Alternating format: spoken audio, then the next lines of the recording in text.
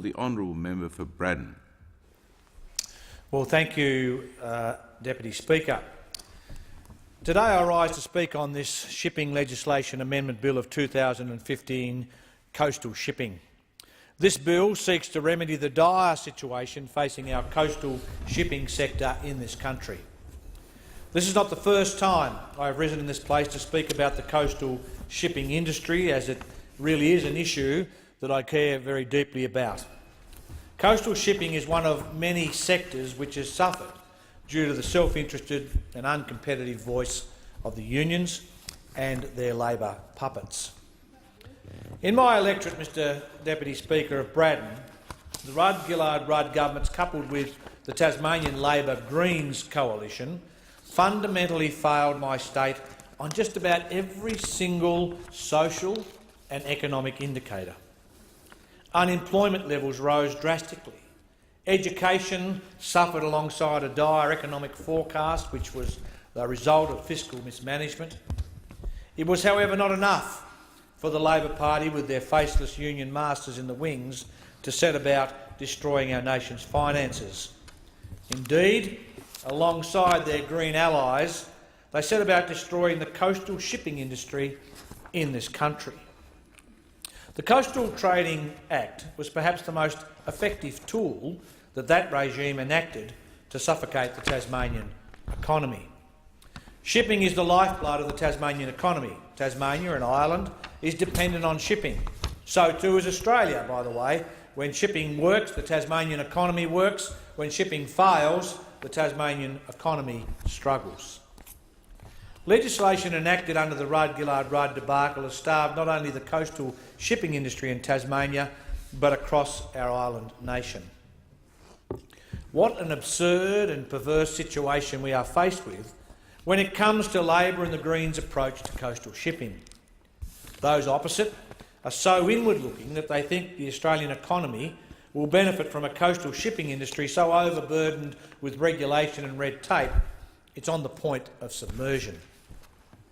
So beholden are they to their union masters that those that sit opposite enacted legislation which has fundamentally hurt the workers they purport to be representatives of.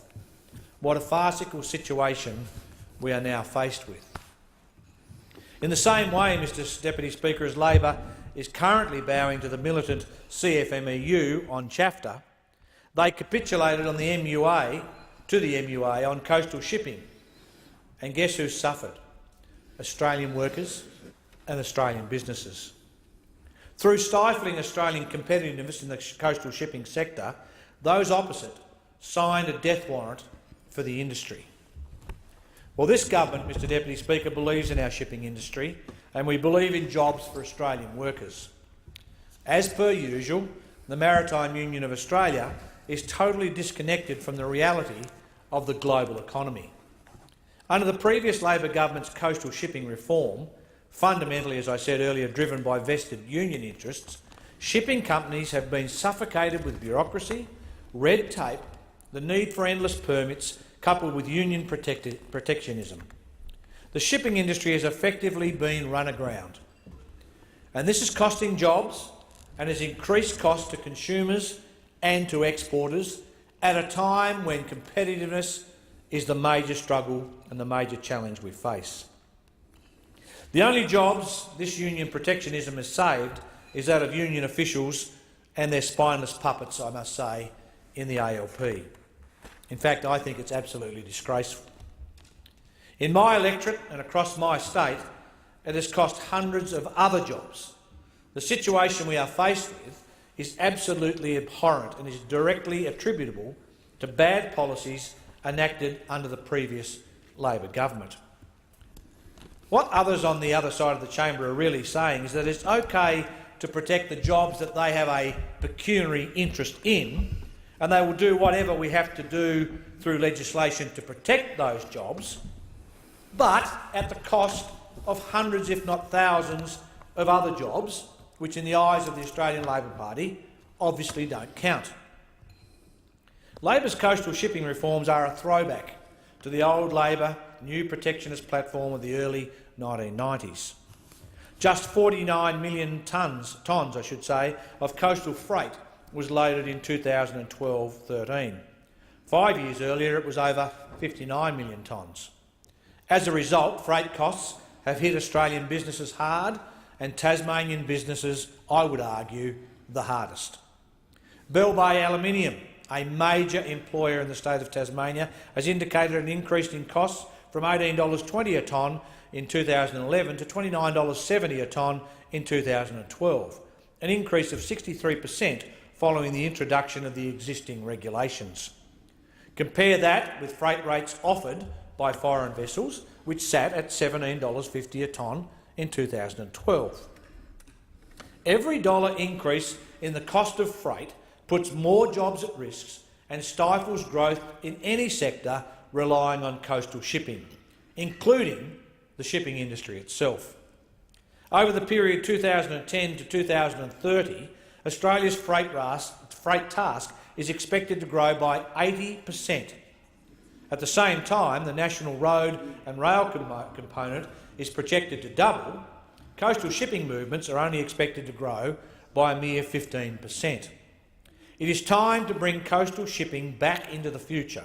It is time that we have less regulation and more productivity. It is time to give the Australian coastal shipping industry some much-needed space to grow. It is unfortunate that we've had to take this action legislatively.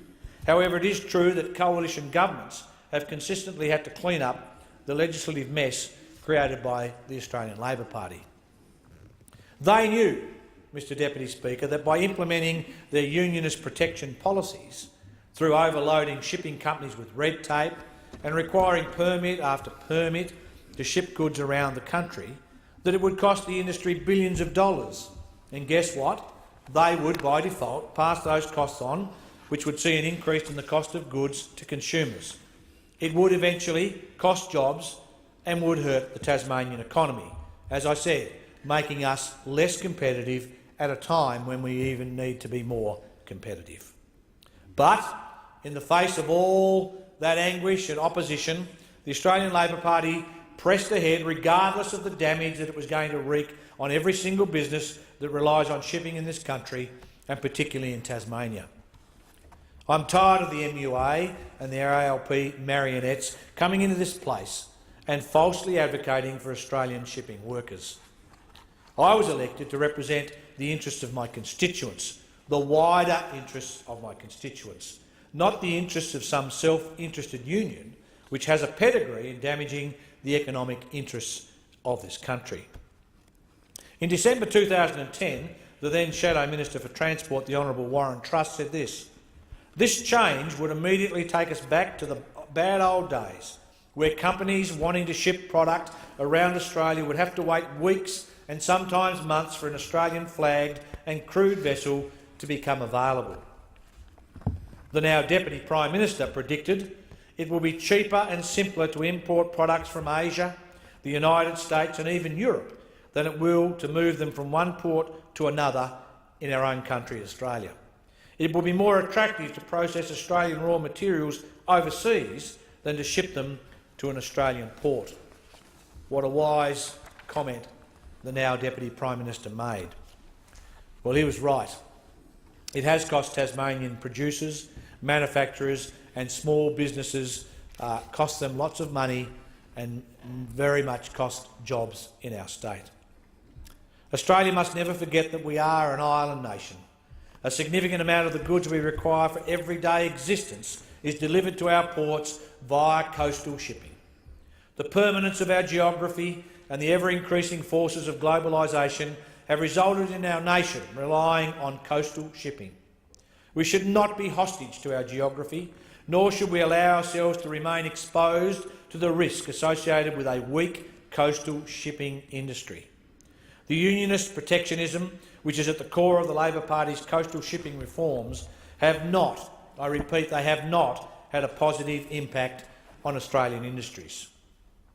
The reality is that in 2012-13, Australian ports managed over $400 billion worth of international cargo and saw some 4,900 overseas cargo ships make almost 14,000 port calls. I applaud the hard work of our coastal shipping workers and also thank workers across the ports of our great nation for the contribution they make. Yet I am deeply concerned that without the legislation this government is enacting, their jobs will become increasingly untenable as red tape-driven costs to increasing uncompetitive levels. Labor's actions have directly decreased coastal voyages by over 1,000 and have resulted in almost 2 million fewer tonnes of freight moved by foreign vessels in just 2012-13. Figures released in the Australian Sea Freight 2012-13 report show that 49 million tonnes of coastal freight was loaded in 2012-13. But 5 years earlier, in 2007-8, it was over 59 million tonnes. This represents an average 2.4% decline each year in the total weight of coastal freight on Labor's watch. Meanwhile, the Australian trading fleet continued its downward trend, with the number of major Australian registered ships with coastal licences declining from 30 in 2006-07 to just 13 by 2012-13. While the number of vessels has marginally risen since the period of the report, deadweight tonnage has plummeted by 64% over the 2 years of Labor's failed changes to domestic shipping arrangements. This is not because Australians cannot compete. It is because Labor and the MUA are unwilling to try to compete. The coalition government has an unshakable faith in the individual enterprise of Australian industry. We know that through giving industry space to succeed and through clearing the burden of red tape, the Australian coastal shipping industry can once again grow and create more jobs for Australian workers. It's abundantly clear, Mr Deputy Speaker, that Labor's policies have failed the industry. Whichever way you look at it, they have failed the industry. Its employees have been failed, and our economic growth is failing as a result of it.